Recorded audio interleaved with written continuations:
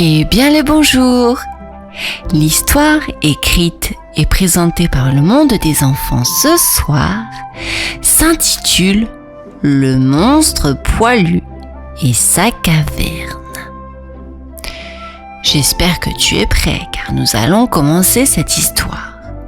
Mais avant de poursuivre cette vidéo, je t'invite à t'abonner et à cliquer sur la petite cloche de notification pour ne rien manquer de toutes nos belles histoires. Merci par avance à toi. J'espère que tu es prêt, que tu es dans ton lit, car nous allons commencer à décompter. 5, 4, 3, 2.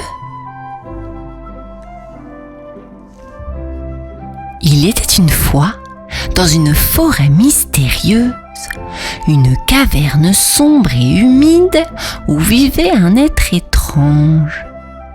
On l'appelait le monstre poilu. Sa particularité résidait dans sa forme. Il était composé d'une tête posée sur deux petits pieds minuscules et de longs bras qui partaient de ses oreilles. Le monstre poilu ne pouvait jamais quitter sa caverne et se trouvait obligé de se nourrir de rats, car c'était la seule nourriture qu'il pouvait attraper. Pourtant, le monstre poilu rêvait de manger quelque chose de bien plus délicieux. Il rêvait de goûter de la viande humaine, en particulier celle des gens qui vivaient dans le royaume voisin. Chaque nuit, il se couchait en imaginant le goût exquis d'un festin royal. Il se demandait comment il pourrait réaliser son souhait. Un jour, un roi du royaume voisin se retrouva perdu dans la forêt dense, à la recherche de son chemin pour rentrer chez lui. Il marcha et marcha, sans trouver de sortie, jusqu'à ce qu'il atteigne la caverne du monstre poilu. Effrayé par l'aspect terrifiant de la créature, le roi s'agenouilla et implora sa grâce. Il lui promit de lui ramener la première personne qu'il rencontrerait sur son chemin, en échange de sa liberté.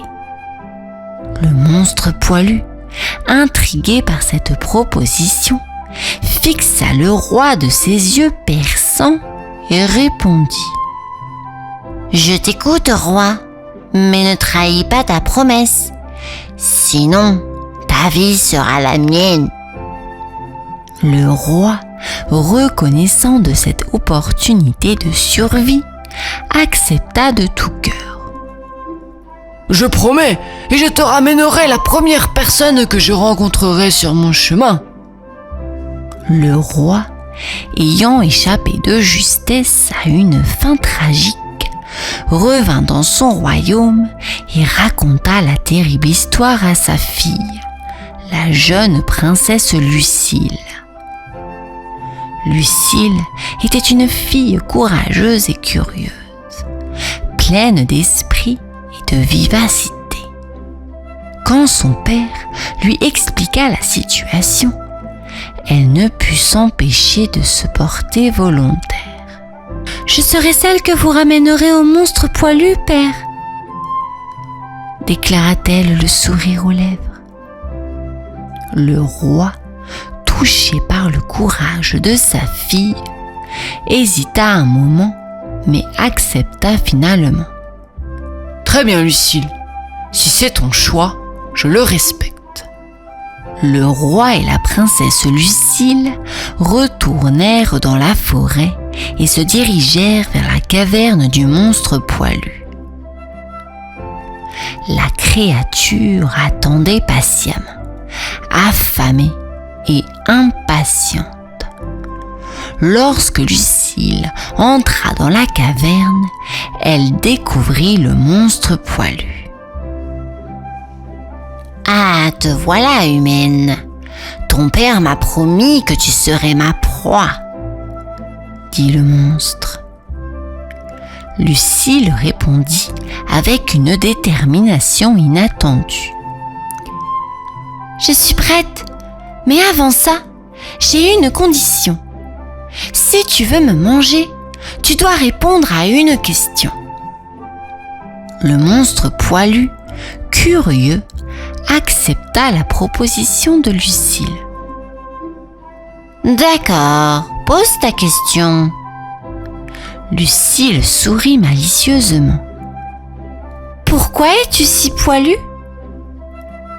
Le monstre, quelque peu déconcerté, répondit.